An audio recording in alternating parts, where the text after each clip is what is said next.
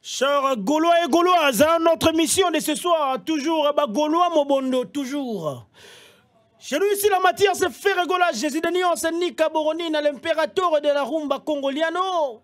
Le vrai international de la musique congolaise, l'homme qui défend la rumba congolaise valablement aux yeux de tout le monde. Moutoua Beta Martyr, Moutoua Beta Didas Arena, Moutoua Beta la Bisso du Soussou, la défense Paris, la défense Arena. Aujourd'hui, je vais essayer un peu de parler d'un sujet où c'est un peu tabou. Et tant que papa légui yaba Gaulois, n'a pas un peu éclaircir l'opinion parce que on est à droit nanga. Vous verrez tout le débat de comparer l'artiste musicien Ferregola Jésus de Nyon na héritier Ouatta. Ferregola à gauche, héritier Ouatta à droite. Est-ce que vraiment c'est comparable? Est-ce qu'aujourd'hui on peut comparer Ferre et héritier Ouattanabe? Moi je trouve que c'est vraiment un gire grave. C'est un gire grave qu'on compare héritier na Ferre. Et ça, on a besoin de comparer quoi un hamburger. Et ça, kilo moroté, et ça, poids moroté, la place moroté. Vous verrez déjà en train de comparer. Concert, il y a 6000 places dans la salle, il y a Moukié, où est on dit que tu as rideau. Na Moutou a bêté martyr plein. Moutou a bêté double Adidas Arena. Moutou a bêté Genève Arena. Moutou a bêté à l'Issoussou. Alors, ni à l'Issoussou 40 000 places. Ferregola Jésus de Nyon. Na terme,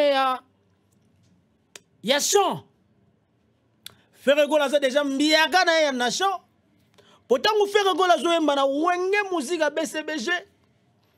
Héritier Ouattanabe, j'espère, Erwana, Zayino, na maternelle, si je ne me trompe pas. Tu vois, deuxième primaire. Il revêt Ferregola. Quand vous Ferregola, le premier album, Héritier n'était pas là. Héritier, il y a le second album, aïe. Et Nzembo est bimise héritier, foula héritier, Nzembo ba yemba na Ferregola. Dans notre terme, que Ferregola peut contribuer à refoule héritier. N'emona ouera n'enga foulaye, Ferrepe a foulaye. Les longs gars, nous avons comparé héritier na Ferregola. Les autres ont comparé chocolat na bikedi. Donc ils ont atteint un goût ils ont kendete. Ferregola saliba album où ils a succès. Héritier oui, a reçu un album na banzembo ils ont à succès mais na limité comme 4.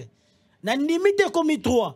Mais Ferregola ça na ba album, ça na ba répertoire ya banzembo. Et sur le terme il y a popularité. Ferregola Jésus de Nyon c'est plus populaire qu'Héritier Ouattanabe.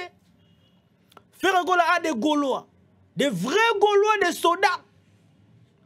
Héritier Ouattanabe a des déchets de fanatiques. Bah fanatiques laissés. Bah fanatiques laissés. Parce que lui, je connais le Wenge. Lui, il parle de Wenge. Il parle de Wera. Moi, na Wenge, moi, na Wenge, donc, ils sont fanatiques, il y a Wenge.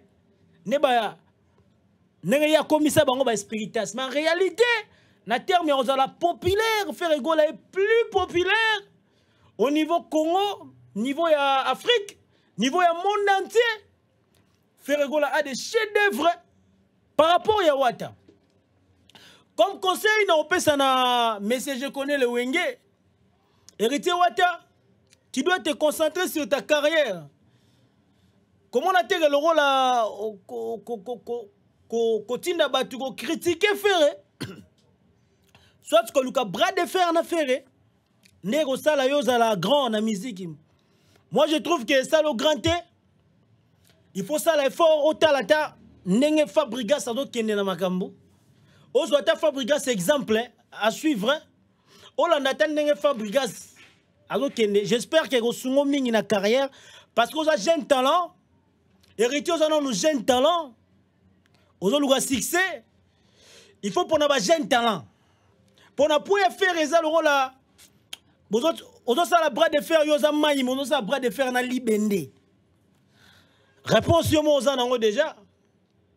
Envoyez des gens venir à la télé pour critiquer personnalité à faire. Envoyez des gens comme des Pacho RFI. Vous avez des gens qui ont raté leur vie. Vous avez des gens pour parler contre l'artiste Ferregola Jésus de Nyon. oya soutena yo wata depuis wenge a soutena yo mais kotinda batu bongo moi je pense que ils ont dominé carrière na yo obeti concert na yo ya mukie ole bati la ngote munoko mais au moins batu longo ba pacho RFI passer à la télé pour déconner vis-à-vis à faire rigoler les padres. Moi je trouve que ça va honte ya musique batu wana o memaki na poto ole basi le promotion ba komo finga na bango faire. Je sais pas si on a un retour aux gagner nini. Je trouve que tu gagnes rien absolument. Pour en termes ya poids ya musique aux athées. Ce qui est long mouton toi comparé on a hérité na pire boule. Moi j'aimerais bien que aux ma collègue ba DJ Momboshi pour peut-être génération après 10 ans bino na Momboshi bozana ba génération presque moko. Pour Fabregas à l'équio ce Fabregas le loi Betty Stade de Marty a reçu la mieux qu'héritier wata. Fabregas na terme ya banzembo. Azana banzembo ya kafu ko le héritier wata. Na terme ya fanatique. Fabregas azana fanatique ya kafu ko le wata.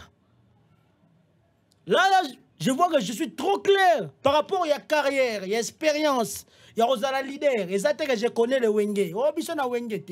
Longo la Wenge, bundana no yomo na orchestre na yo. Koyanga na masola ba Wenge te na TV. Ezo dimine yo. Ozo bima sans esprit, ozo bima toro, ozo bima yuma. Po yo zo na mama ba Wenge yo likamumukie. Oh, ngai Wenge te.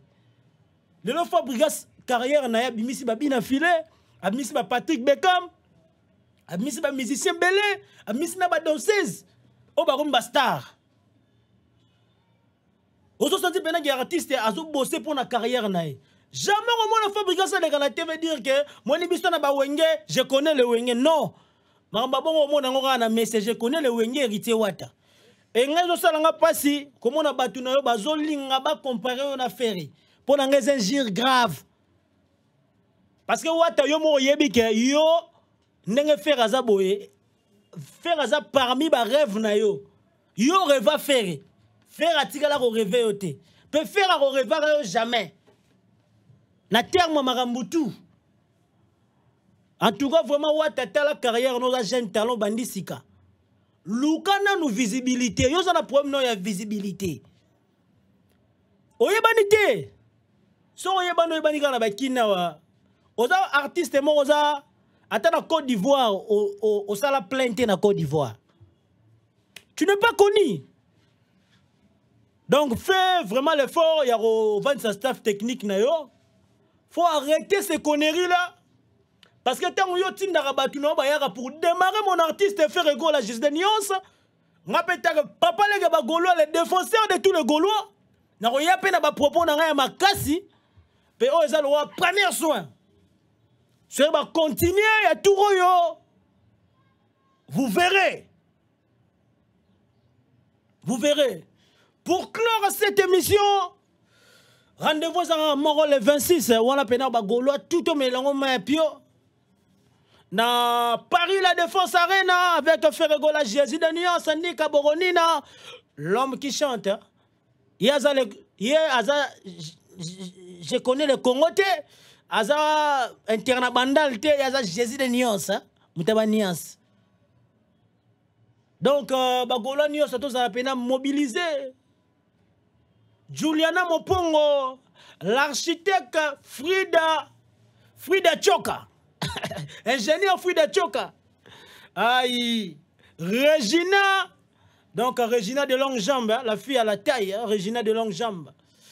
Yo yebi quoi ba Gaulois na ba Gauloise nyos on a la bino ya trop. À la prochaine numéro, on se voit à bientôt. Check.